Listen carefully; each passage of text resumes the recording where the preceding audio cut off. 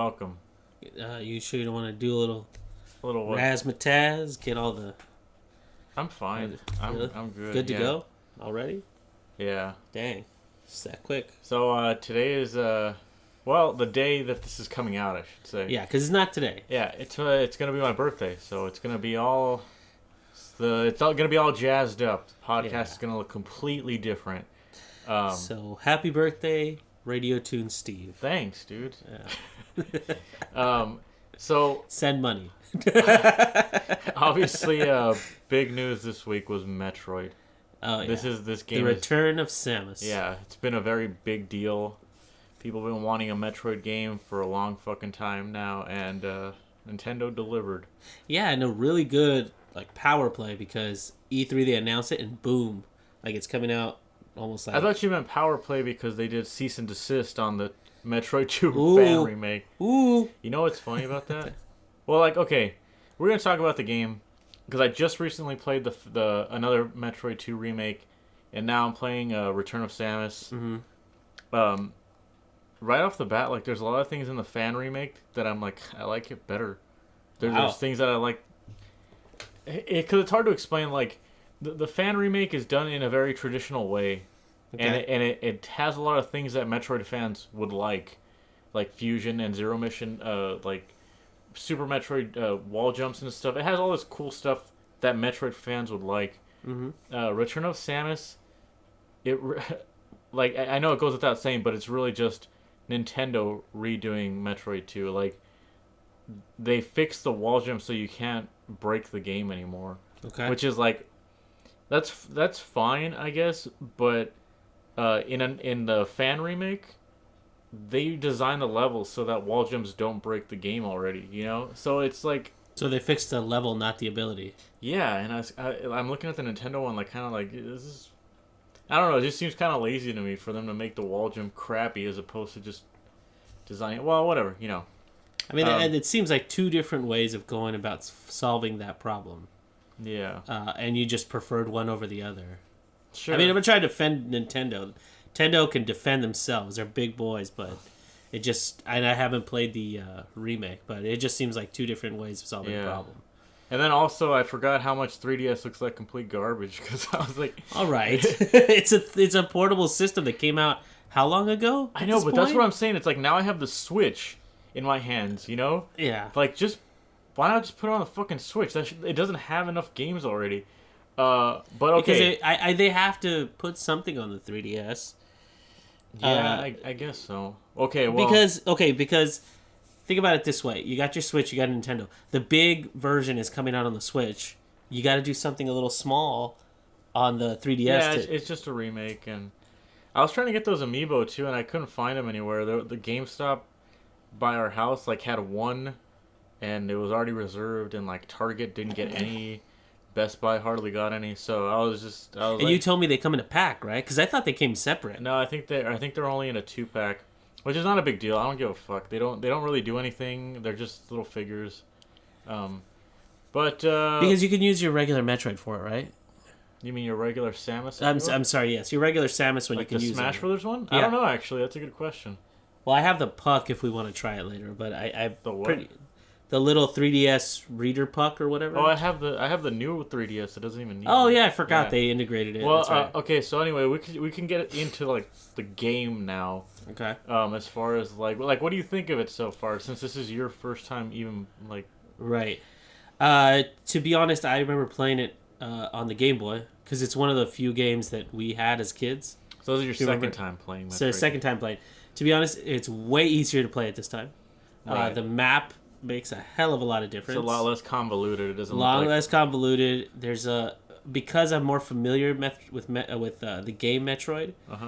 Samus controls a lot better because before that was my first game.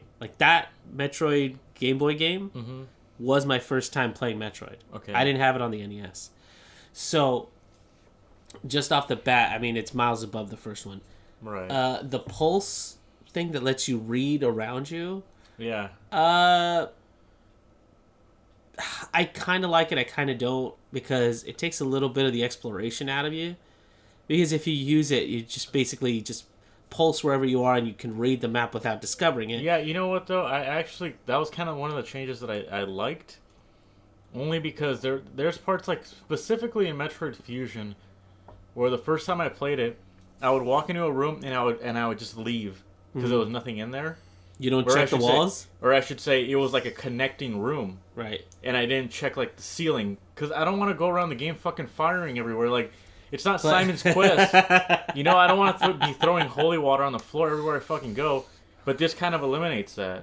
So if if you get somewhere where you don't know what to do, you can do that as opposed to, like, oh, let me waste a bunch of fucking missiles all over the wall. Let me waste a bunch of morph balls. Yeah, bombs. but like for a person who played Legend of Zelda and then Link to the Past and everything, checking the walls just became kind of like part of it. It's not, you know. What I'm saying is, it's not.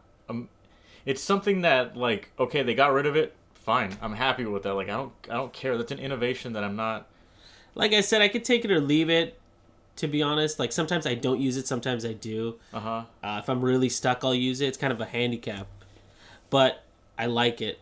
I don't really think it's a handicap, but like, I mean, previous Metroid games just had map stations. You know that, right? Yeah. So you just, but you had to get to them and earn them. It's not like you could just go into any room and just be like, "Give me all the secrets." Okay. And besides, like, it became kind of a staple where if you and a lot of the times they design it to be like, oh, those might be blocks or those might be breakable. And then they do these little nook and crannies where you can like put yourself in as a morph ball and try the walls.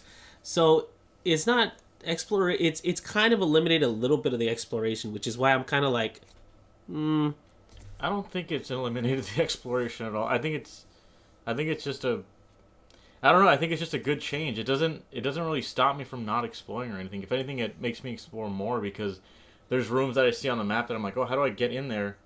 And it doesn't reveal the whole map. It just reveals a section. It reveals like a big square of the map. Right, but I mean, as a game that doesn't really hold your hand, that was one part that was like, okay, well, they're holding your hand a little bit. They're letting you reveal the map as you go. Because that game doesn't have any map rooms or anything that you can like fill it in. Yeah. So I guess this is the way they supplemented that.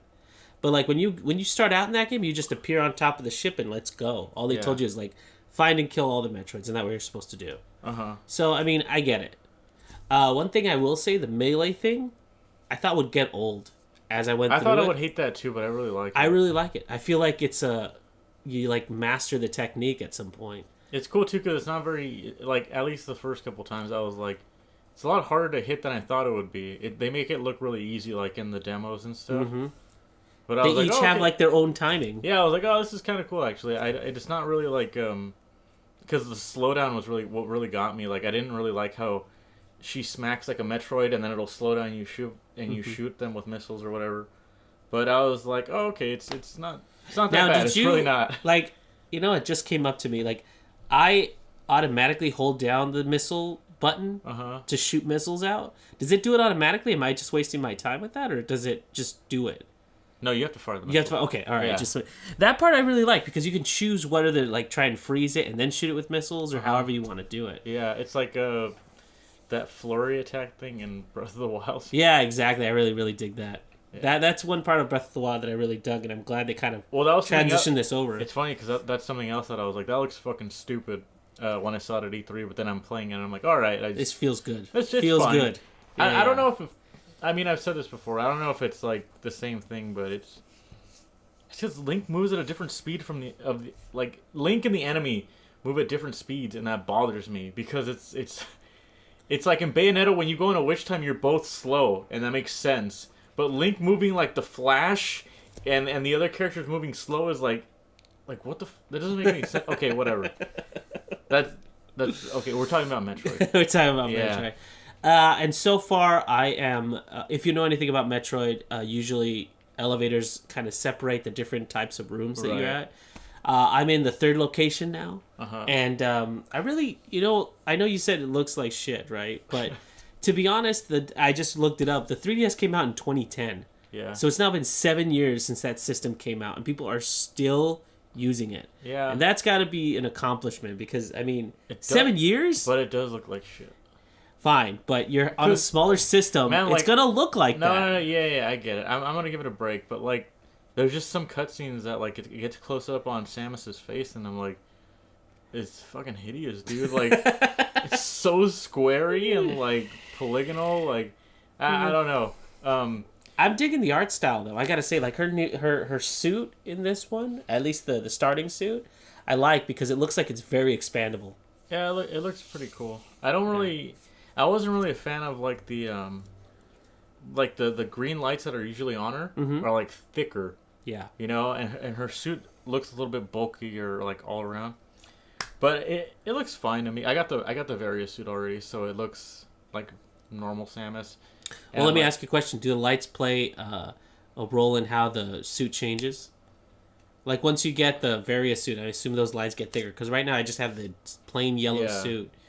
Yeah, so I have a feeling they're going to use those lights to indicate something. Maybe, yeah. Because if they have to be that, like, visible to the player... Maybe they just wanted you to see them because it's part of her design. Maybe. I don't know. Maybe. The other thing I was going to say, though, was... I guess it's kind of... I shouldn't be comparing the Metroid remake and this game. But I'm going to do it anyway. In another Metroid 2 remake, once you defeat the Metroids in that area, right, you move on to another area, right? Just like in this game. As you're moving on to the other area, there's a mini boss in between, and I really liked them. Every single mini boss like surprised me. Basically, it was like a pleasant surprise in as far as like how I have to defeat them or like what kind of boss they were. There's one that I think you saw me playing it. It looked like almost like bullet hell. Like there was just bullets all over the screen, and you had to dodge them, and it's like a... Oh, I think I did see that, yeah. Yeah. Just shit like that, I'm like... As I was going into into the Nintendo Metroid remake, I was just like, it's not going to have that. Like, there's no way it's going to have shit like that because it's just... It's Nintendo, you know? Like, they... I don't know. I know that's kind of weird to say. Like, I don't hate this game because it's Nintendo, or like it's... family friendly, or it's like easier. But you played a better version in your But opinion. I feel like there's just things I like about the other one. There's things I like about this one too. So it's... I have to say one thing I don't like so far is, like I said, I'm in the third area and still hunting Metroids. There's not a lot of variance in their attack or anything, and I'm getting. I mean, I can tell you right now they change. Okay, well, as of right now, it's kind of a little boring when I find a Metroid because it's just like rinse and repeat. That's the other thing too. The pacing in another Metroid 2 remake is really good. I think the Metroids change pretty fast, and all of a sudden it's like you're not fighting these easy fucking like. Right. They look like little fucking like floating insect things. Because they were really easy to defeat. Yeah, you're not fighting those anymore. By like pretty early on in the game, they start changing. I will say though, it's nice that you can actively shoot at them. You don't have to wait for them to come back, or like I'm not waiting for an attack. You could just actively be shooting them. I like that. Yeah, part of it. You know what's funny too is like a lot of Metroid games, they only allow you to shoot like bosses and stuff with missiles or charge attacks. Right. So when I had the ice beam and I was able to shoot one of the Metroids, I was like, this is cool. Yeah. I'm like, I definitely I like the directional thing too, like where you can freeze them and Samus in place and shoot all around. Yeah, that's a welcome. The aiming thing is actually really cool. Yeah. I love how like when you're aiming at an enemy, it turns red to let you know that that's gonna hit. It's gonna hit. Yeah. And then I mean, this is a little bit later on in the game. You get a grapple. No, I know. Yeah, when you aim it at the grapple point, it turns blue. So it's just there's cool little touches like that allow you to. It seems like they took more time to just finesse the story than actually change it, because even though there's so many things that are new and kind of like, wow, it feels like the same story. Like I'm still playing the same game. I can kind of see the same patterns. So I think the way they approach this is like, let's just keep the same game. Let's just improve the little parts that seem like bad, right? But I don't think they wanted to change the pacing at all. I mean, they definitely did. From what I see, it doesn't look anything like the original. And in terms of what? In terms of the map layout? Because, though it didn't have that weird Metroid like DNA thing. It didn't have that. I don't think so. No. It didn't. But I'm just saying it's supplemented so it's more visually. It's visually communicated to you that, oh, you need to do this. Like, everything's more visual in everything. Like, for example, when you defeat a Metroid, you get its little DNA strand into your machine. You can plug it in and you see the DNA strand there. They're using a lot of iconography. You could totally tell. Okay, yeah. Yeah. But it's all in the pursuit of making the game easier to digest. Not play, but just like visually you can see this change, this change, this change. That's why the enemies have a certain look to them. Like the little spiky dudes, you know they're going to attack from above because they have a little point towards you, so that's how they're going to attack. You know what I mean? Like visually that you just see there's a difference. Yeah. Because before this, they didn't have the luxury of color and 3D and blah, blah, blah, so this makes it so... Yeah, the original Metroid 2 was a piece of shit, if I'm being completely honest. I really hated that game. A lot of Game Boy games, unfortunately, were just like, let's just try and make something. Like, have you ever played Super Mario Land? It's awful. But you know what I was going to say is, like, I think Metroid is just the type of game that shouldn't have been on Game Boy. It's a little too convoluted. I guess you could say... It's a good thing it exists, though, because now we get the Metroid 2 remake, you know? Yeah. And we get another, you know, we get all these remakes of it. But, I mean, Link's Awakening did a fucking amazing job, dude. That's, like, one of the best Zelda games, in my opinion. Dear God, when I played that game, I was like, this is the best thing I've ever played. On a Game Boy, right? Yeah, because I remember specifically when we got it as kids. We got pocket Game Boys. Yeah. And I took that thing to school. I took it everywhere because it didn't feel like a regular Zelda game. Because not only were you not saving Zelda, no Zelda, you weren't saving Hyrule, you weren't doing any of that stuff. You found a sword. It wasn't the Master Sword, but you found a sword. Yeah. And then all of a sudden you were doing all this like exploration that just felt really, you know, it just all felt really organic. You know what's cool too is the map is pretty small. Yeah. Like, I never felt overwhelmed in that game like I did in the original Zelda. The original Zelda was, like, there's fucking, like, 4 ways to go right from the beginning, and they all lead to, like, branching paths that go on for days, and it's so easy to get lost. I really like Metroid so far. It's actually, like, despite what I just said, I do really like it. I'm not sure if it's just the fact that I'm playing a Metroid game in 2017 that makes me happy, but just seeing Samus again is fucking cool. No, I think there's a lot to the fact that I could take it on my 3DS. To be honest, the last thing I played on my 3DS was, I don't know, Mario Golf. And I loved the fact that you could just pick up and play your 3DS. Yeah. Like, the Switch, you're right, is very portable. But to start up the Switch... takes 1 second. It takes 1 second, yeah, but, like, the 3DS just flips open and closed. And those games are designed from the ground up to be portable, right? So this game feels like that. Like, if you close it and everything, there's a lot more save spots. I will say that I die just as much as I did in old Metroid games.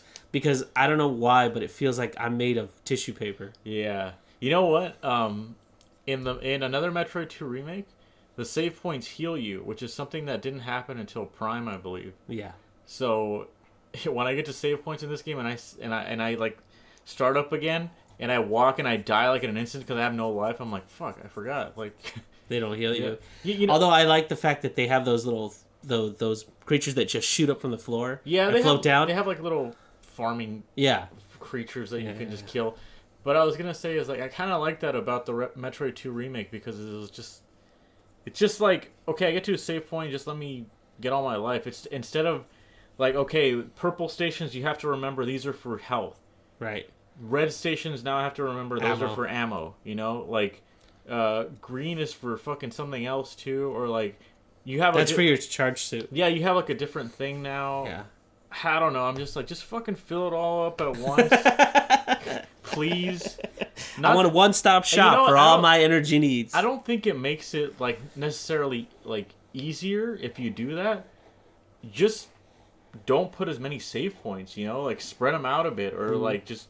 I don't know. That's another thing that I was just like, if maybe I just disagree with the way Nintendo did it. I'm not saying it's bad. It's just to be honest, I could take or leave that because they make it a point to have a lot of different farming locations where you could just sit there and just kill the same thing over and over again, and it doesn't take too long to fill your bars up, in my opinion. You know what? I really like it though.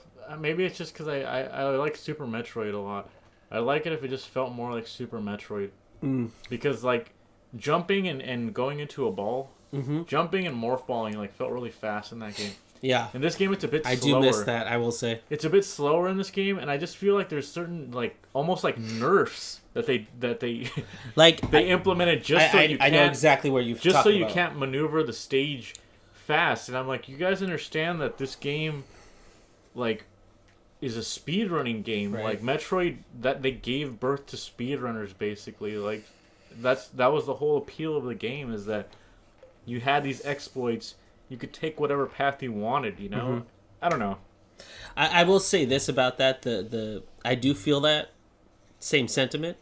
Even when real fast, even when she lands as like in ball mode, she kind of just drops. Mm-hmm. If I remember correctly, in the original, she kind of bounced when she fell. Like in the original Metroid. Oh yes, yeah. You kind of like bounced. Yeah, because she was treated more like a ball. Yeah, and but I'll say this about it is because, like what you're saying is, when you do a ledge grab, it takes forever. Yeah. Like when she grabs, there needs to be like, I don't know what it is, but I can't just instantly grab and turn into a morph ball right away. There's this little climbing animation and there's this little grab resting animation. Yeah. Which looks cool. But the problem is, like, for example, in Super Metroid, you could just grab and jump like super fast. Like even when you saw me playing the Metroid 2 remake, it's a fast game. Yeah. Like you could tell that game was made for people that liked Super Metroid and they loved moving fast. That's what I mean by there's things that Metroid fans like in the Metroid remake, obviously, you know. Yeah. That goes without saying, it's made by fans, but like, for example, another game that came out like way after Super Metroid and is equivocally my favorite Metroid game is Fusion. And in that game, there was a part where you had to literally jump and grab like ledges, but just ledges, and keep going up because something was chasing you. And I was like, this is awesome. And you just kept grabbing, and it just felt faster, and it felt like this is the pace at which I'm supposed to be going. yeah, I really like the flip sound. Yeah. In old games too, it was like. I kind of miss that. Yeah. Yeah. Because here, she doesn't make a sound. I gotta say, some of the sound effects in this game are like, they're okay. I think it's the pulse one. Mm-hmm. Like makes my ears bleed. You don't like it? I love it. It's like a high pitched sound. Yeah, like an old school, like a firing, like. No. When you do the pulse sonar like map thing. Oh. Sorry, I thought you meant her like regular plasma. No. Oh, okay. It's like a weird ding. Oh yeah. And I play with headphones on sometimes, and I have to turn down the volume before I. No. Okay, it's not that bad. But I can take that or leave that. But it is pretty annoying, and that's something else that the Metroid 2 remake was like. I'm pretty sure they don't have a pulse. No. I'm sure they recycled sound effects. I mean, you can't really.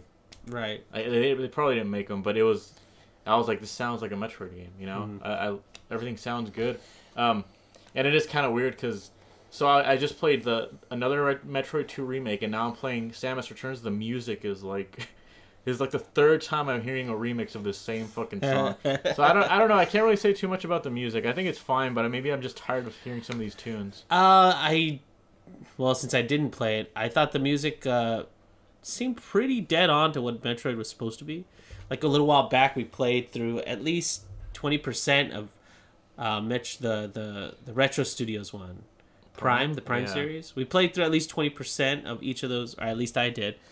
Of those games, and they always have this ominous sound to them, like ambient almost. Yeah, you know, the only thing is, okay, so like in Metroid games, you get to a part where it gets hot, and then you have to get the new suit, right? Because it's too hot, right? They use the same fucking music in every like hot area, every time. In Metroid Prime, it's the same song. In Super Metroid, it's the same song. In Zero Mission, it's the same song. In this game, it's the same song.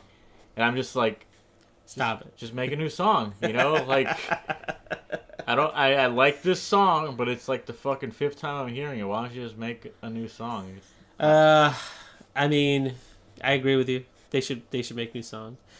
But it's like going into the fucking Lost Woods and hearing Saria's song like for the millionth time, you know? It's like, well, it's like every time you open a chest in Breath of the Wild, it's still that da-da-da-da-da-da. That's not so bad. But they just speed it up. That's not so bad. Well, anyway, I mean, the music is fine so far. And we haven't even beaten the game, so, I mean, I guess next week but I think you got a pretty good handle on how the whole thing's going to be at this point. I mean, you're already in the various suit part. Metroids are starting to change. I'm trying my very best to finish it as fast as possible. Try to speedrun that? I just want to be able to talk about it next week, you know. I mean, it's not like it's... It's not like it's a bad thing either. I want to play this game, you know. So yeah, I feel myself actually reaching for it and picking it up more and more. Unfortunately, I can't always like plug in my Switch and go get going. but the 3DS I can always just pick up and play. One last thing I guess I'll say is one thing I really like about Metroid games is that since you're constantly in like the same map and stuff. The other day, I was in a certain part of the map. I was missing one Metroid, and as I like put the game down, whatever, about my daily life, I was constantly walking along. I was constantly thinking about that. I love that about Metroid games. I always do that.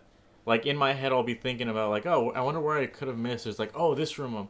Maybe I do remember. Okay. I do remember that in this room, or like Yeah, I and you've already passed this part, so I was like, there's a part where it's in the second area, and there is only a Metroid shell, but no Metroid, because up until then you've seen the shell, and then in the next room there's the Metroid shell, but that part like it's fresh, like there's crap coming out of it, so you're like, ooh, it just escaped, and then you got to make your way into the next room, but it's a little puzzle to get into the next room, right? Yeah. That part was pretty cool, because once I got there and had to close it because I had to go do something else, I was like, I wonder if I have to, like, morph ball, like, do I have to do something with a shell, or do I just have to keep investigating, blah, blah, blah. And that part was pretty cool. Like, I was thinking about like, what could be next before I got there. Yeah, and what's kind of crazy, too, is it does this thing where, like, if you don't want to collect all of them in one run, let's say you've collected all the Metroids you could find, you can't find the last one. If you go deposit the DNA into the thing, it tells you where the last one is, or it tells you which ones you're missing. Oh yeah, I actually did discover that, because I did like 3 of them plugged in my arm, and then it kind of beaconed the last one. I kind of like that, because it's like, okay, so if you're a speedrunner or something, you obviously don't need to know that, right? You know? But if you're doing a walkthrough. But if you're like a beginner or something and you want to do that, it's there. So I do like that. That was a cool like design choice. Right, because also the beacon tells you where the shell is, not where the Metroid is. Right, exactly. So the shell could be somewhere, and then you have to find your way to the Metroid. Because it's not always just right next to it. Right. Exactly. So, I mean, like I said, so far I'm enjoying it. Keep playing it. And I personally like this on the 3DS, because I love my 3DS.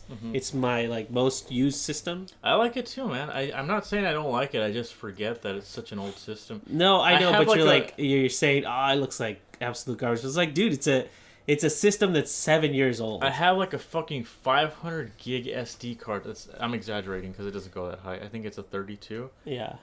I have a big SD card in there. I was like, I'm ready to put games on here and play it, but it's just I don't know. Like there hadn't been anything new for a while, so yeah. Well, I'll say this. On my 3DS, I've had to erase things because I have things like Mario and Luigi. I'm surprised RPG. You haven't got one of those new 3DSs. Well, mine is just fine. Like the only thing that was missing was the Amiibo reader. Yeah. And for like $20, I got the little puck, and it's just fine. Yeah, I don't know. I mean, one thing I heard about the expanded ones is the screen's bigger, but the resolution isn't better. It's just like made bigger. No, but yeah, so it's a little fuzzy. The screen's bigger. That's why I like it. Well, I don't know why. Staring at the 3DS, even the big one, it fucking makes my eyes hurt every time. I will say this. At the Nintendo Direct. It sounds like we've been saying, like, the last thing I'm going to say for, like, 20 minutes. And one more thing. Yeah. Because we're, like, the Apple shit. I will say this. At the Nintendo Direct, which happened, I believe, last Friday, they announced a new 2DS that was orange and white. That thing looks cool. Orange and white? Yeah, it's like a flip one. It's the newly redesigned one. No 3D. It's 2DS, but it's orange and white. It looks really cool. Why is it orange and white? Just because it's a new color. That's it. Stupid. They have a couple new colors, and some of them are themed. Just like the Nintendo. They sell so many of these fucking 3DSs, dude. They have one with Samus on it now, and even, remember that? Yep, that's one of the things they announced, yeah. It's just, they have one that looks like a Pokeball. Yep. That's a 2DS that they announced. I'm like, Jesus, dude. Like. And then that's the last one they announced was the buys all of these? Kids that break their 3DSs, man. I guess. Because think about it. 7 years I've had that 3DS, because I bought that thing day one. That's a day one 3DS. It's that coral blue one. And it's kept going all these years, but like if I was a kid dropping it, spilled something on it, anything like that, I would have to buy a new one. Hideous, by the way. You don't like the blue one? Get out of here. Cobalt blue, like with the shiny sparkles. I don't like it. It looks like a jewel. Well, that's one thing I didn't like about my original DS. I had the black 3DS. Didn't you wear out the nub or something? Oh yeah, the joystick. Yeah, you wore out the joystick. Yeah, because I actually played it. But what error, Steve? I've got more games on my 3DS than you do. You don't. I do. How many do you have on there? I don't know. I have like 20 games on there because not only do I have just the regular ones that I buy. Remember, I had the ambassador system. That doesn't count. Of course it counts. That doesn't count. I bought it for full price. That doesn't count. It totally counts. You're high. Plus, we bought a bunch of 3DS games. I use it just as much as you do. I just such a lie. That is such a lie. I just have a gentler touch with my joystick. Whatever. I was playing Street Fighter 4 like every day for a while. Okay, if we're sharing 3DS memories, one of the best 3DS memories I had was when Smash Brothers came out. The demo was gonna come out that morning. Me and my coworkers went to the Starbucks across the street. We downloaded the demo. We came back to work, and at lunch we were playing the demo. Like all of us were playing wireless or whatever. So fucking great. I was like, dude, this is free. Who was it? Like you, Donnell, and like... It was me and my coworkers, and Mega Man was in the demo. I was like, this is all I fucking need for the rest of my life, dude. That was such a bad idea. Like, in retrospect, I think that was a bad idea, because once, like, the 3DS came out first, and then the regular version came out next, and I was just like, I'm not playing the 3DS one anymore. Yeah, I mean, you know what's funny is, like, so the rumors that it's coming out on Switch. I don't think that's gonna happen. Now, no, what are you talking about? It's like already. It's already confirmed. Pretty much. I don't know. What I was gonna say is like, I just once hope... that comes out, then really no one's gonna play the 3DS version. That's like completely obsolete. I still play my Mario Golf. I still play I'm still finishing Mario and Luigi Dream Team.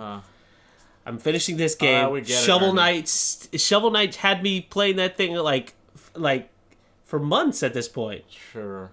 Dude, I played Shovel Knight, and then I played the Plague Knight, and then now the Spectre Knight came out. So good. So freaking good. Listen, I'm not buying it, so I don't know who you're trying to convince. Dude. All right, anyway, moving on. We saw a movie this week. Remember that? Yeah. Let's take a hard left turn. We saw a movie. Yeah, The Founder. Nothing to do with video games. Nothing like that. The Founder is amazing.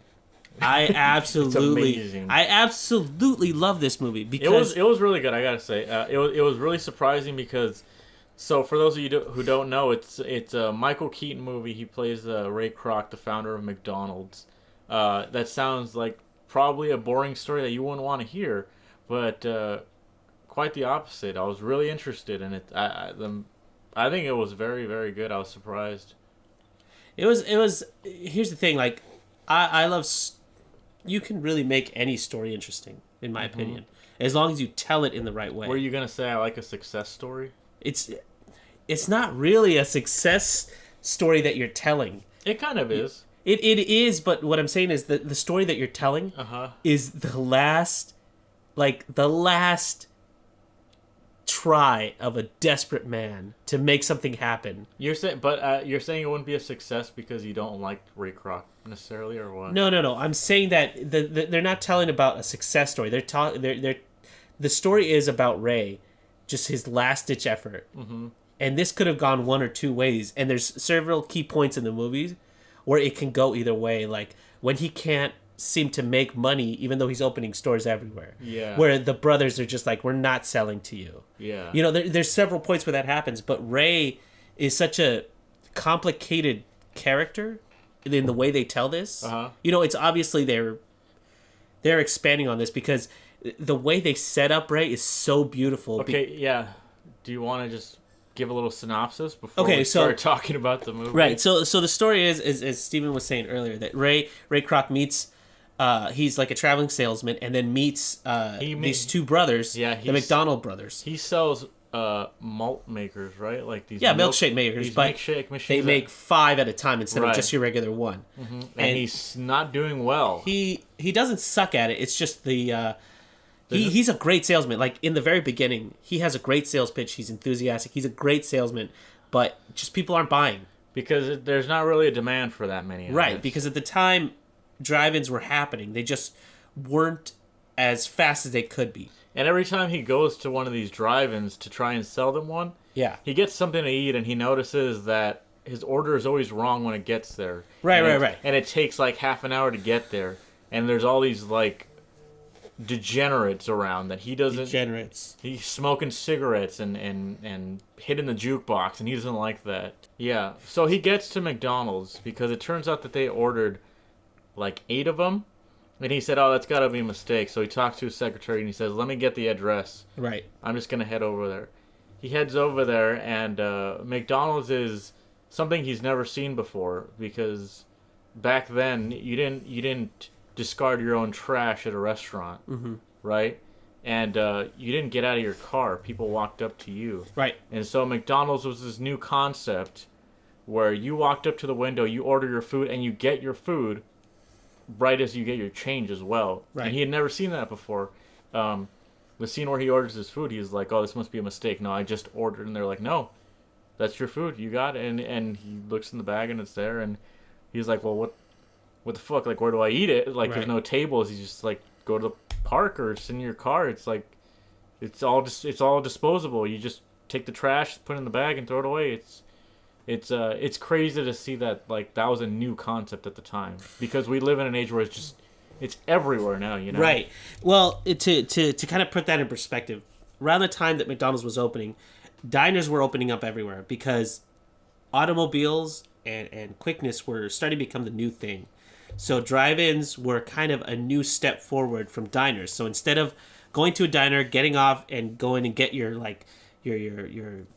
dinner or whatever, you sat in your car and you didn't have to get out, and they'd come up to you and they'd give you blah, blah, blah. So when they did that, they tried to emulate the diner experience in your car. So they would give you like a little thing to hang off your car. They give you silverware. They give you the whole nine. Right, that's right. Right? So when he went to the McDonald's, he was seeing everything being disposable, as opposed to trying to present this dining experience. It was just like the bare essentials. You want to eat your food and go. Like, that's what they were trying to do. Fast, speedy service. In the very beginning of the movie, though, which is something I want to talk about, but maybe we should just keep going with the synopsis for a little while before I get into the cinematography. So he meets with Ray and Dick. Mm-hmm. Sorry, what's the guy's name? Mac. Mac and Dick are the two McDonald's brothers. They give him a tour of the kitchen, and he sees that they have this kind of assembly line going in the kitchen, where everything the burger has stops. It goes from the grill to this bread that's already prepared with onions and pickles and ketchup and mustard, and it goes right to the, it's all fast. Right. And because they've taken the Henry Ford approach to making burgers the same way that you would do a car. Right. And so he sees this, he's amazed, and he's like, "I gotta take you boys out to dinner." So he takes them out to dinner, and they tell him about how they are basically already a success. Right. Like, this is a part of the movie where you hear about... a small success. Right, but you hear about Mac and Dick's success story right in the beginning, which is cool, because that's the part of the movie I like, is that it's like, you could see this movie as like, okay, this grimy salesman stole the idea from these two brothers. Right. But there's that part where he takes them to dinner, and he tells them their story, or they tell them how McDonald's came to be and all that. And that is a really cool story. I won't spoil that. I'll let you guys watch that. Hopefully I've told enough so that you guys want to go see this movie. But yeah, to be honest, Dick and Mac are probably the most sympathetic characters in the whole thing. And it's great because, Dick and Mac are two halves of one whole in the movie. Yeah. Dick is definitely the more rigid, analytic, he's just like a total engineer. Yeah, but whatever he's passionate about, he can just find a way to make it better. Yeah. And Mac is the heart of the place. Yeah. He keeps everybody smiling. He has a good heart, and he keeps everything grounded when it comes to his brother. Yeah, they definitely they're like yin and yang. You know, they work well side by side. And Dick is played by Nick Offerman. I think he did a really good job in this movie. Dude, he did. Like, I've been seeing him in Parks and Rec for so long that you kind of. It's like when you see Steve Carell in The Office. You just see him play that role over and over and over again. This one, he was way less, Parks and Rec, and way more like, I don't know, just something completely different. Like, I didn't see him as his character from Parks and Rec. He transformed to somebody else. Like, he had moments. He was kind of like a nerdy guy almost. Yeah. Because the way his hair was cut, he had glasses. He was always talking about, like, analytics and percentages and the math. And he got, like, jostled. Like, there was points where he would be like, no, you have to follow the contract. He was trying to stand up for himself and stuff like that. And there were parts where he was just frazzled, you know? Very out of character, like Ron Swanson. Ron Swanson is so rigid. He doesn't care, like... He'll give you a card that says "I do what I want" kind of thing. Like he just does what he wants kind of thing. But this character felt very genuine, right? You know? But from there, Ray starts building on that, and he eventually, owns McDonald's. Mm-hmm. And by the way, when Steven says owns McDonald's, he literally means owns McDonald's because he stole everything. He bought their name. Yeah. Like, you couldn't use the word McDonald's to open a burger stand anywhere in the world anymore. Yeah. You know? So one thing that's... you wanted to talk about the cinematography of this movie. There's a lot of red and yellow, like, sprinkled throughout this movie. Mm-hmm. You can tell... This is the kind of movie where you're like, okay, that's intentional. Right. There's a certain woman who shows up. She's wearing red, and she has, like, yellow hair, and you're like... Wow, okay, that's definitely McDonald's colors, But when I'm talking about the cinematography... you mean shots. Like how things are in lined shots, up. Because, for example, in the very beginning of the movie, you got these really long, dry pauses. You got these long... Like, when he's at the drive-thrus, there's all these huge, wide shots just... that go on forever. Like, they hold on shots for a long time. When he's driving and stuff? No, not when he's driving. When he's sitting there, after he's sold... he's been trying to sell milkshake machines. You see him walk to his car. You see him sit in his car. You see him looking around. And, like in any...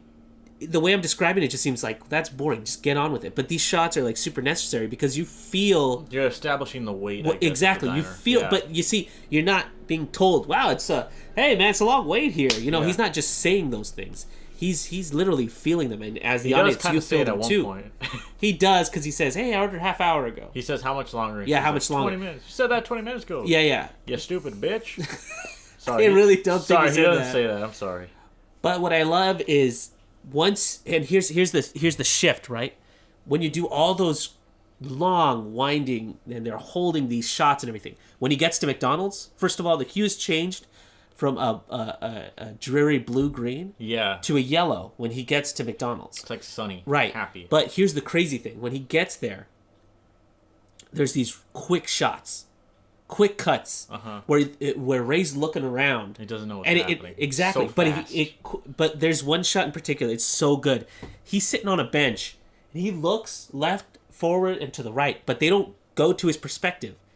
It's literally 3 different shots of him looking around. So it's him on the bench, but 3 different shots. And what you're supposed to be getting is that, like, he's seeing things from all sorts of angles now, but his mind is being changed at that point. He's like, what are all these new conventions? And you see him from the left, you see him from the right, from the front. And it's such a quick transition. You're like, there's a little bit of disorientation in it. So he's just like, what am I seeing here? So you start to feel that because you're getting a little confused with these shots. Okay. And then you see, like, oh, okay, he's looking around. He's seeing people enjoying the hamburgers. That's a little more like, okay, you need that because he's starting to realize that, look, they're enjoying this food, even though they don't have a place to sit, really. This is all in a bag. Like, I'm eating my food out of a bag in a paper cup.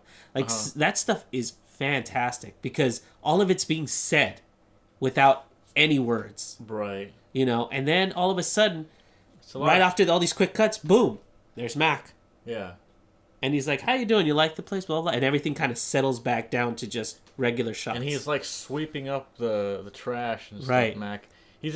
That's what kind of person Mac is. He's a wholesome dude. Yeah. That's why he's kind of like he's the opposite of Dick, but he's there for a reason. He's there to provide the nice smile the company, basically. Right, and actually, it's really funny you say that because throughout the movie, man, I hope this doesn't spoil too much because obviously McDonald's is a franchise. He gets the boys to franchise, right? And at first it doesn't go very well, but then he realizes what he needs, but he doesn't actually say it. And throughout the movie, you feel it more than you see it, or you feel it and you see it, but you don't necessarily get told it. Both Mac and Dick, without getting too crazy, they're like a little married couple. One of them is a hard worker, and then the other performs. One's a really hard working engineer that keeps everything going, and the other person is the heart. So later on, Ray is like, dude, who do I get to run these things? And then he starts getting husbands and wives who are like on the brink of failure, and he brings them back. He's like, we'll try anything. We're a team.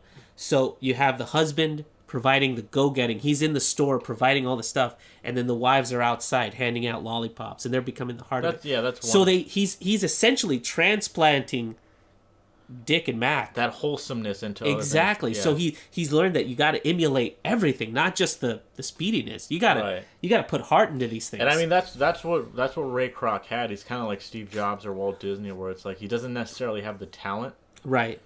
But he knows where to identify what works. You know, it's like, you know, Steve Jobs obviously didn't know shit about computers, but he knew some stuff because he worked at Atari for a while. But what I'm trying to say is he had the ideas, and Wozniak was the one who could do. Yeah, Woz was a genius for sure, but Steve just, in my opinion, not too bright when it comes to his personal life. Yeah, Jobs was kind of a weirdo, actually, right? Yeah, he was. He's definitely a weirdo. Yeah, but so I would fucking highly recommend that movie. The Founder is one of those movies where it's a really, like, you tell that to somebody who's like, oh, so here's the story of how Ray, built McDonald's. It's kind of a crappy, and it's like a disgusting tale in itself. It's kind of, after I watched that movie, I'm like, it's kind of hard to believe that even happened. But it definitely did, because McDonald's exists, And all of this has actually been chronicled, so it's real. You know what, too? It's, I mean, yeah, it is a crappy thing that happened, but at the same time, it's like, it happened for the greater good. Like he says in the beginning of the movie, he's like, it's too damn good for just one location, and it's kind of true. It's like, we have fast food now because of that. They created fast food, and nobody else would have known of it if it hadn't been for this guy franchising it, or like, what I'm trying to say is America has McDonald's now, and that's ultimately a good thing, because even after Ray Kroc passed away, and I don't know if his wife is still alive, but they ended up donating like billions of dollars to like charities and stuff. And yeah, I mean, it's not to say that it's. I mean, this movie definitely humanizes Ray. It tells his story, because he's a. I mean, not to make this a pun, but he was a hungry individual. Definitely. He was definitely on like his last fucking, what do they say? He was fucked if this didn't work. Basically, yeah. There's a scene where he's holding the dirt to his first desk planes McDonald's. Yeah. And he's saying, like, just be right one time. Like, you can tell this guy is rock bottom. This is, what's cool too is there's these scenes where, I mean, like you said, the movie humanizes him, because there's a scene where somebody recognizes him as somebody who sold other stuff, like plastic cups or something, or Foldanooks. Yeah. Or whatever else that he sold. It was like a bed that you had in your kitchen or something. And they're like that. And they're like laughing at him. Yeah. Like, oh, you're the guy that tried to sell me like a fucking bed that I put in my kitchen or something. Like, yeah. And at that point in the movie, I'm like, fuck this guy. Like, the guy making fun of him, I'm like, I hope this guy like gets like that sucks, dude, because it's like everyone's been there at one point in their life, Well, he definitely effed up, because that bank could have been in bed with McDonald's from the very beginning. Right. So yeah he did. Yeah. But I don't know. It's cool. Like you said, I find myself rooting for Ray Kroc, even though he's kind of a scumbag. And that's what I'm saying. It's like this is a terrible story, because because look, here's the thing. Here's what I'll say. It's a terrible story for everybody, because Again, not trying to screw it, but nobody gets away clean in this movie. Nobody. The McDonald's brothers lose. Their name and no, I'm saying they lose just without trying to spoil anything. Everybody loses. Every person you meet in this movie really loses because of things that you find out, and it's great in this last shot of the movie how you kind of see that, because at the end of the movie, Ray is public speaking in these different places. He's this big CEO, blah blah blah, and he's making this speech into a mirror. Right? He's preparing for his speech, and he's talking about like how great McDonald's is and blah blah blah. And he's clear as a bell. He's staring straight at himself, just like in the beginning of the movie. Right. He's talking to himself straight into the camera. But what I love is as he's making his speech, like in every speech where you're doing this, you have to talk about the origins of how you got it started. And at that point, he takes a pause, and he kind of skips a little. You see the desperation and the kind of disgust in his face. Because he knows he didn't invent. Right. But right at that moment, the camera starts to fuzz out. And it becomes all distorted, because then you switch to a shot of the mirror, and it's all fuzzy, and he starts to walk away, but it's at an angle. So it's like everything's great, but he knows, like deep down inside, he knows what he did to get here. Right. And it was not pretty, and he has to live with that for the rest of his life.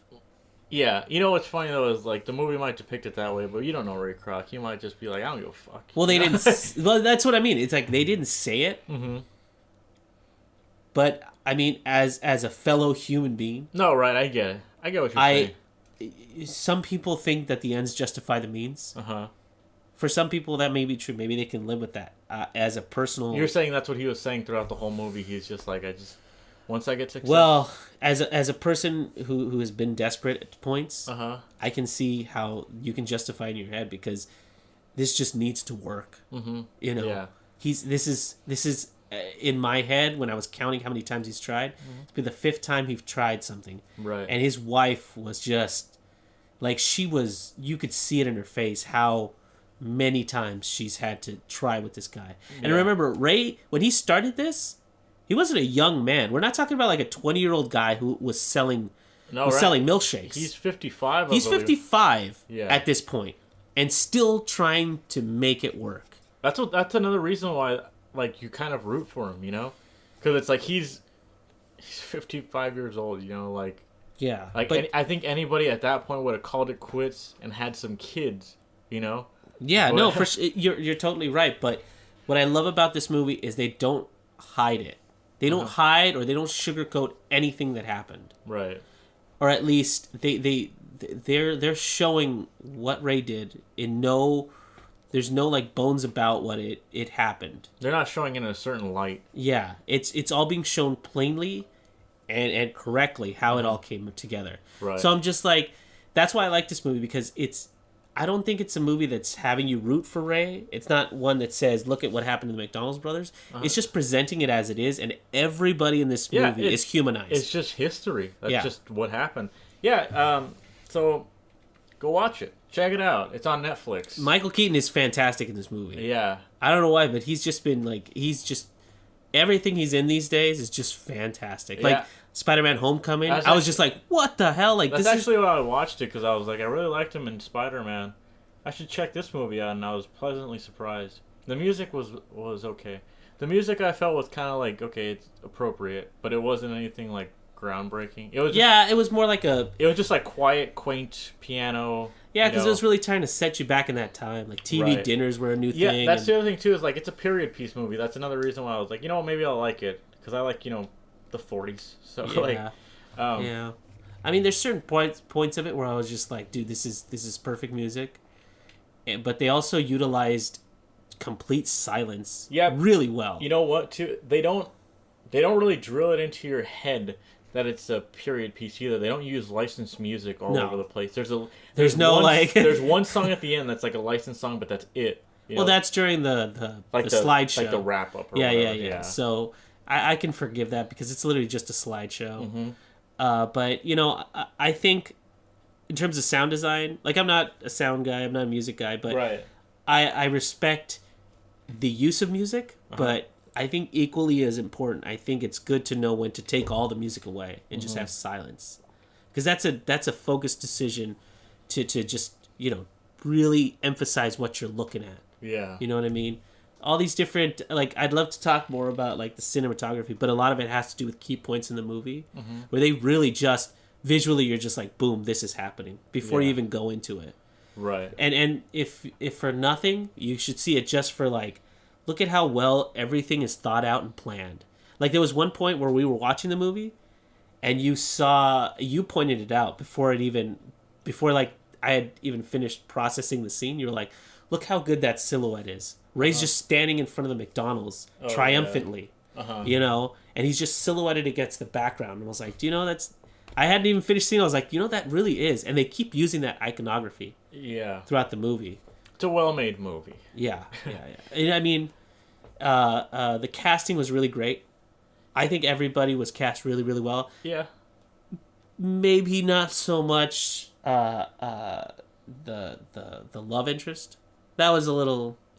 Freaks and Geeks, Lindsay? Yeah. I mean, maybe they didn't give her enough to do. I like her. I think she's pretty. It's great, Steve. maybe that's what she was supposed to be. I just think maybe they didn't give her enough to do. I liked her, actually. But she was definitely like a side note. I don't think they gave her enough to do. So maybe that's why I was just like, Yeah. So to wrap this up real fast, last week I was talking about... Was it last week?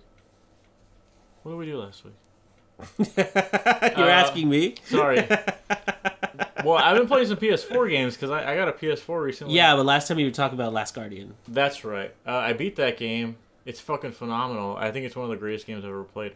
Right. I love how you say that. I don't want to. I like how you say that because you're like it. Like in my opinion, I was watching you play. I was like, wow, this looks really dated. Yeah, let me tell you, graphics aren't everything. But you were just saying 3DS looks like garbage. Right. Yeah. No, you're definitely right. Maybe it's just a case-by-case basis. Well, the thing is, like, the frame rate drops and stuff. The thing about the game is, like, it has, like, the whole map loaded the whole time, I guess. Trico has a bunch of feathers all over him. I don't know how the fuck this game runs at all, if I'm being completely honest. It's really pushing, like, the hardware to its limits. But the music is so good in this game. Like, the directing in this game, like, there's just times when, like, you're doing something and Trico is doing something else. Like, there's a part where he's fighting another Trico and you're climbing up a ladder, and the way it's framed is so beautiful. Like, everything about this game looks so good. But the story's good. I really liked it, and I'm not going to talk about it because I don't want to spoil anything for anyone who hasn't played it. But yeah, I would really recommend it if you haven't played it. It's really good. It's about... Well, I think the reason I said 3 years ago was it had like a little... I think you mentioned this last time. It was like it was supposed to be on the last system, and then it went through development hell. Yeah. And now it just came out. Yeah, so it's about like it's like a 15-hour game. You finish it like in a week. It's super good. Something else I've been playing was Bloodborne because my friend let me a bunch of games to play. He's like exclusive classics, whatever you got to play. I've been playing Bloodborne too. I like it. The environments and everything look really cool. The weapons look really cool. It's just really fucking frustratingly difficult, and like, so it's like Dark Souls. I mean, yeah, it's from Software. It's the same people. It's I don't know. I don't know what to think about that game because I hear people constantly get upset like at NES games because they're like, oh, I have to die, I have to do everything over again. And they won't play certain games because of that. You know, their excuse is just like, oh, it's too old. That format doesn't work anymore. But this game is essentially the same thing. You die and you have to replay a certain part. And once you get back to that certain part, you can collect your what is your experience in this game. So like your money or whatever. So kind of like if I'm thinking of an example, in Shovel Knight, when you die, you can get your money back. Exactly. You just have to go back to it. Yeah, exactly. Okay. It's like that. But for some reason, people are like, this game is perfect in every way. But NES games like Ninja Gaiden 2, they're just like, oh, it's too hard and it's stupid. I don't like it. Whatever. But yeah, I'm playing it. I'm enjoying it. Haven't beaten it yet. So maybe I'll talk about that one next time too. And then the last thing that I was playing was Infamous 2? Second Son. Second Son. It was free this month, so I was like, you know what? I just got this bad boy. Let's see what it can do. Let's see what this baby can do. Yeah, let's play an open world game that has lots of cinematics. It's one of those games, if you know what I'm talking about. Mm-hmm. The main guy's voiced by Troy Baker. Everybody is voiced by Troy Baker. It's one of those games. So it's I started playing Destiny 2, and guess who's voicing the little ghost guy that goes with you? Is it Troy Baker? Of course it's Troy Baker. He does everything. So yeah, it's an open world. It's realistic. There's checkpoints constantly.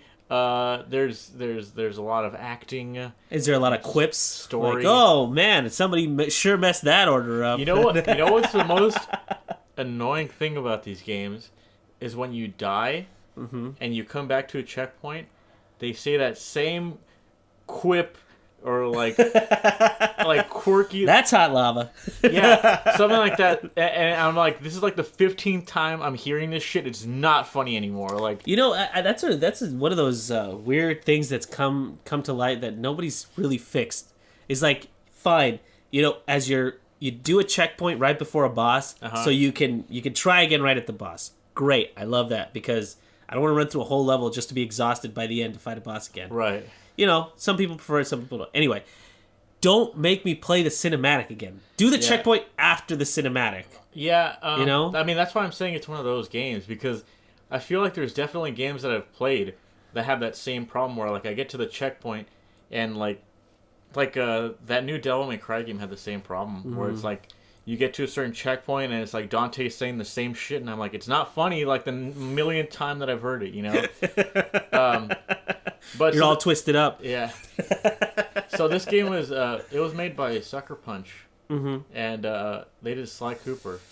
Yeah. So the parts where you're walking on buildings and climbing buildings and stuff is surprisingly good because guess who made it? The Sly Cooper team. There's a little reference to Sly Cooper in the game too. Oh yeah. Yeah, there's like a building that has Sly's face on it. It's like it's called like Cooper and something, and it's like... Oh, that's kind of neat. Just like back in the day with LucasArts games, they always had a Max head. Yeah. But all I really wanted to say was, I mean, it's a pretty generic game.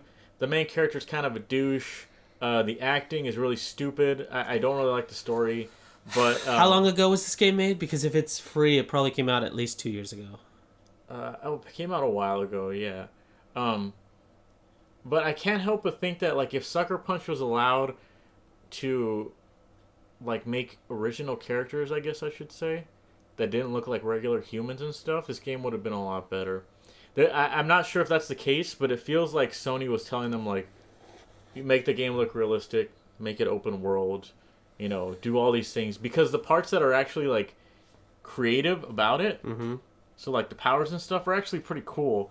Like the animation of him like going into like turning into smoke and dashing looks really cool, and like there's certain moves that like trigger a cutscene, and it looks. I really like how they're animated and stuff, but more like the particles, not really the humans. You know, like if that makes any.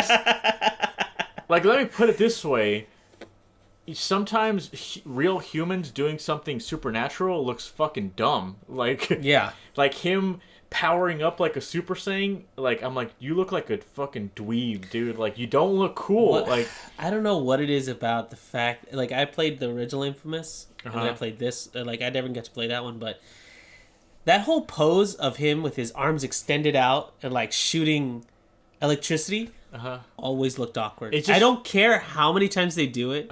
That silhouette of him kind of raising his hands kind of half cocked and like shooting these things out, like running and doing this, looks awkward. I don't know what it is. It's just, I just don't know like what the appeal of that is. I mean, I guess it's more of a general appeal that like more people can relate to it because it's just like a human guy. Well, I don't know. I think it's because around the time Assassin's Creed was big, and they were definitely trying to do that because Assassin's Creed was way more like. But even Assassin's Creed, I'll give it that the costume design is original. You know. Yeah. This guy in Infamous is literally wearing something you would see on the street.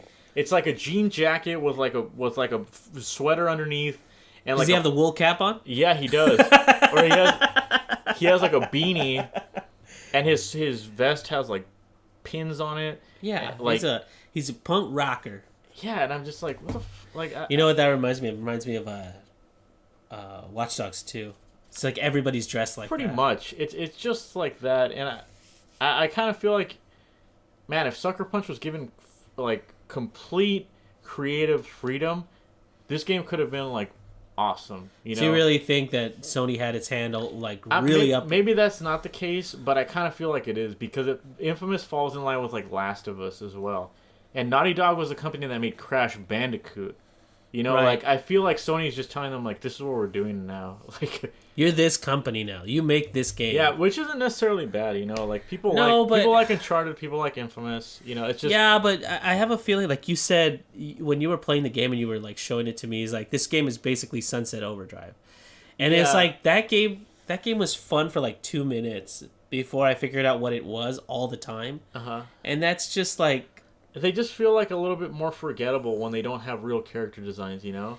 Yeah, but at the same time, they try to do it's like Sunset Overdrive's art style. I really dug, which is why I initially bought the game. Sure. I really it almost felt like a open world Jet Set Radio because of all the skating and everything and the jumping and blah blah blah. Okay. So I was like really into it when I first bought it, but once I did, it was just like they're trying to do RTS. They're trying to do like this weird skating. They're trying to do all these different things, but they're all done very mediocre. So even though the art style was really blowing me away, and there was a lot of customization, something really big was missing. I don't know what it was, but they needed to focus on one aspect and make that super fun. Yeah, there's I actually feel like if you were able to change his clothes, maybe that would have helped because. But there's something about like him doing all this supernatural shit, and I'm like, he still has that beanie on, like, like what the fuck? Like that's not real. Like you're trying. And that's I think why like not to compare too much to Sunset Overdrive, but like that's one of those things it's crazy. Like in Sunset Overdrive, you're fighting old zombies. The whole world looks like it's been sprayed with a neon palette or whatever. So when you're dashing and you're like riding the telephone poles in your shoes, it feels like okay, I'm in this world. I get it. You know, you've accepted the premise. I've accepted the premise, and it's I get it. You know, but I don't know. As we've gone forward with this kind of thing, the more realistic aspect of doing these things has made me less like it makes me buy all this less. You know, also you can't skip the fucking cutscenes, dude. I'm like, that's annoying. I'm like, this game would have gone up like fucking 4-letter grades if I could just skip the cutscenes because, man, I don't care about any of these characters. I really fucking don't. I'm like, I saw one of them, and I really, as a fellow artist, I really appreciate the time and effort that went into telling those little stories. But after not even that, I don't mean just the fucking like After Effects like. No, that's what I mean. Those were really cool and everything. But I'm like, this could have been done so much better in some other way. I mean, those are fine. Those are, if I'm being completely honest, those are the better cutscenes. I'm talking about the ones that just look like straight up acting, like they're two motion capture actors like talking to each other. I'm just like, dude, I don't care. Please let me just skip this cutscene. They were that bad. Like if I want to see a fucking movie, I'll go watch a movie. I just want to like run around on the buildings and stuff. And How is traveling in that game? Because I remember the first Infamous, it was one of the first times you could kind of like ride the. Well, let me say this: the game is free. If you have a PlayStation 4 or PlayStation 4 Plus, like just fucking get it. I mean, it's free. You might as well give it a shot. Right. The beginning is like 25 minutes where you have to do whatever they tell you, and I really don't like that. A tutorial. Yeah, but it's just like if you, what was it? I walked too far at one point. And it was just like mission failed. You left behind your brother or something, and I was like, I don't care. I want to go to the fucking city already, dude. Like what I'm trying to say is like the learning curve on this game is not so steep that I need you to hold my hand for the first 25 minutes. You know, but it does, and like once you get through that, right, it is pretty fun moving around and stuff. It's pretty fun. I do like climbing the buildings. The graphics look really pretty nice, I gotta say. Maybe I'm out of touch, but I think the game looks pretty damn good. So yeah, I don't know. If you have, that's really funny that you mentioned that specific part because this week I picked up Destiny 2 and I was playing that, and I absolutely hate that you don't get just dropped into the, because it's an MMO game, right? You don't get instantly dropped into the MMO part. You have to go through this like tutorial section where they try to tell you this story. It is really difficult to get into that story because there's no humans in it. It's all like, I mean, you could just talk about that for a minute. How do you like Destiny 2? So far, I mean, it's Destiny. I mean, I played part 1 all the way up until they like dried up with the DLC, and then they released like this crap ton of DLC, but I'm done with this because it was the same 16 levels over and over and over again. So I was just like, whatever. This one feels like they streamlined everything. Okay. Like, once I got past the tutorial part... Yeah. Once I got past the tutorial part, and I've already played the first one, I was able to get going and just go. So I was like, okay, this is good. I'm up and running. I've played only first couple of missions. It feels like I'm back in the swing of things. The upgrade is really, really fast and furious. You pick up a lot of different things. Fast and Furious. Yeah. You pick up a lot of quick things and upgrades and blah, blah, blah. It just feels like I'm always moving.